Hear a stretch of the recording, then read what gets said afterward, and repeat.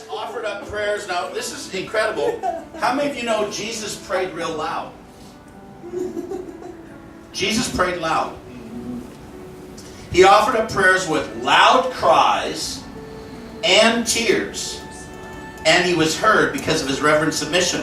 Now, I ask this question all the time. Do you have to pray real loud and cry real lots for God to listen to you? Jesus prayed real loud and cried real lots. Stumped you, didn't I? The point is, you got to be into your prayers. You can't pray real loud and cry real lots unless you're into it. And so Jesus was into it, and that's why he was heard. So whatever into it looks like to you, like I said, if you're standing on your head at the North Pole with 2 tubes on each foot and you're kicking and you're into it, great. But if you're not into it, you got to push yourself until you're into it. You got to find out what into it looks like and means to you. Okay, so you're going to work at that. Devote yourself. Now, here's the verse where it has it all. This is, if you want to remember this really simple, here's the introduction was, you got to learn. Okay, I told you some funny stories, you got to learn. You have to learn. It's going to be hard. Now here's the plan. Here's how you do it. This has got 4 steps right in this text, and then the final one is like a kind of an add-on. So there's 4 steps right here. Now this is the classic verse. This is over 3,500 years old. Okay? This is the continuity of prayer for 3,500 years. I preached this probably 100 times before I even found this verse. So this is the verse. And by the way, I have preached this 500 times. Literally. I'm not kidding. I mean, I literally have preached this 500 times, every one of them in a different city, and 60 countries of the world. So what that tells you is I actually believe this. I couldn't do this. I couldn't do this again if I didn't believe this. Okay. Do not let this book of the law depart from your mouth. Rather, always have it in your mouth. It's a negative way of saying a positive. How many of you know that? I didn't know that either, but I found it out. But rather you shall meditate on it day and night. Then you'll be careful to do everything it says. Then you'll be prosperous and successful. Let's go from back to front. Who wants to be prosperous and successful? Of course you do. Everybody does. Okay? Who are people who are prosperous and successful? The people God blesses. Who does God bless? The people who do what he says. Deuteronomy 28. Now, you want to do what he says? Of course you do. Everybody does. Now, the reason people don't do what he says is they're not prepared to do the exercises to make them strong enough to do what he says.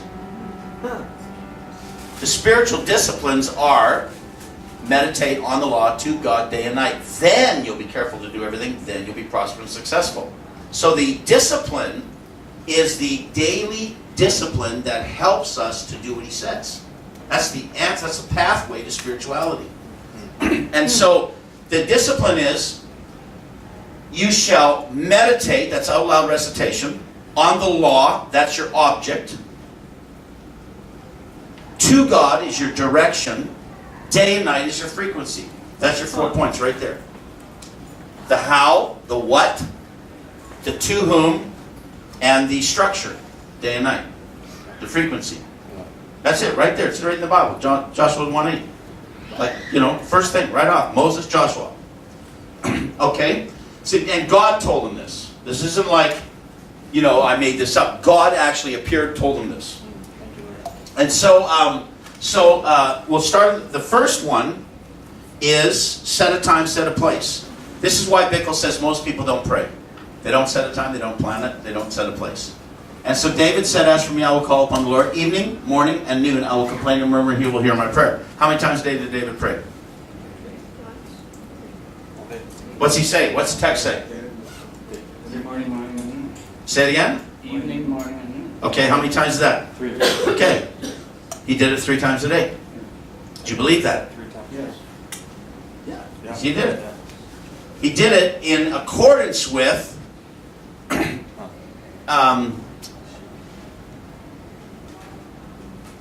what did it say? Meditate on the law to God day and night, in accordance with day and night. So they quantified day and night, and they had 3 specific prayer times a day. David said this, may my prayer be counted to you as incense, the lifting up of my hands as the evening offering. Now this is important. The incense was offered in the sacrifice in the morning. So he says, may my prayer be counted to you as incense. The hands, lifting of my hands, is the evening offering. Those are each, hands lifted up is a synonym for prayers. So he prayed at the morning offering and the evening offering. Every Jew believed that prayers were like the people's offerings. This is important. That was an important point. You didn't catch that one. The priest offered sacrifices. The people offered praise and prayer. They believed that. That's what they believed. So, as early as David, 1000 BC, they had already made the equation that your sacrifice to God was your prayer and worship. And so, though David, the people were not priests, the priests did this in the tabernacle and all the rest of it, or at the holy place. The people did it at their homes, but in the New Testament, you've been made a priest unto God. So you are a priest. So you're called as a priest to minister to the Lord every single day. That's your job. That's your primary function. Daniel, he was in Babylon, 14-year-old boy, he did it. He went upstairs and he started to pray. When he's 85, he's still doing it, and he got thrown in the lion's den for it. 3 times a day, he got down on his knees, as he always did. Yeah. As he always did. Now, what's this saying? This is saying, set a time aside. Why? Because when you set a time aside, you just got to do it. And when you do it, you're going to learn to do it by doing it. Or you'll go crazy. It's like saying, put a guy in a round room and say, go pray in a corner. I mean, you're going to learn or you're going to go crazy.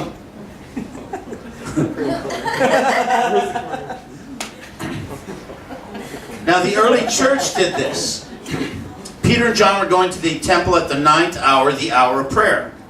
I asked a rabbi, Messianic Jew, why did they call it the hour of prayer? Take a wild guess. An hour? Yeah. I said, how long did it take to do all the wraparounds, 18 benedictions and all this stuff? He said, well, you could be 40 minutes, but if you had some extra stuff, it could be an hour. And I said, what if you cheat and go fast? He said, well, 15 minutes. So the point was, they had these blocks of prayer. They really did. Now, I like to say this. Everybody you like in the Bible prayed every day. Okay, everybody you like. There's no one in there that didn't pray every day. Name one guy and I'll tell you if they prayed every day. Huh? Shamgar did it because David made them all do it.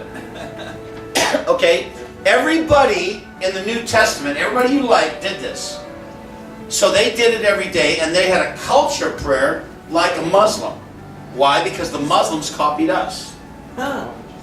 You know that. You know that. Surely you know that. Muhammad was 620 AD. Muhammad rejected the Jews, and he rejected the people of the book called the Christians, got his own revelation, and built the pillars of Islam basically on the Christian pillars. Pilgrimage to Mecca is a pilgrimage to Israel, Jerusalem. Praying 5 times a day was based on the Christian practice of praying 5 times a day. The minaret was based on the bell, the tower, where the tower would call people to pray. Bells ringing, it would call people to pray. Ramadan was based on Lent. What are the other one? Alms is based on Christian alms. I mean, the 5 pillars of Islam is all the pillars of Christianity. He just copied them right across. And Muslim worship and buildings are more biblical to the New Testament pattern than Christian ones are now. Because they stopped in time. We didn't. We kept evolving. So they stopped. And so I was in the biggest mosque in Asia, Indonesia. The thing was monstrous. It's huge, like a massive big cube. I mean, thousands, 20,000 fit in the courtyard or more. They had tiers, they had tiers of levels where they all did, and they all just bowed down and just prayed. They prayed. So there's no chairs. Churches never had chairs. Churches never had chairs. Do you know why? Because churches were not teaching centers, they were prayer houses. And why do you need a chair for praying? You never use a chair for praying. No Jew prayed sitting. They stood, or they knelt, or they laid down, face down. So chairs were a new invention, especially, and since the Reformation.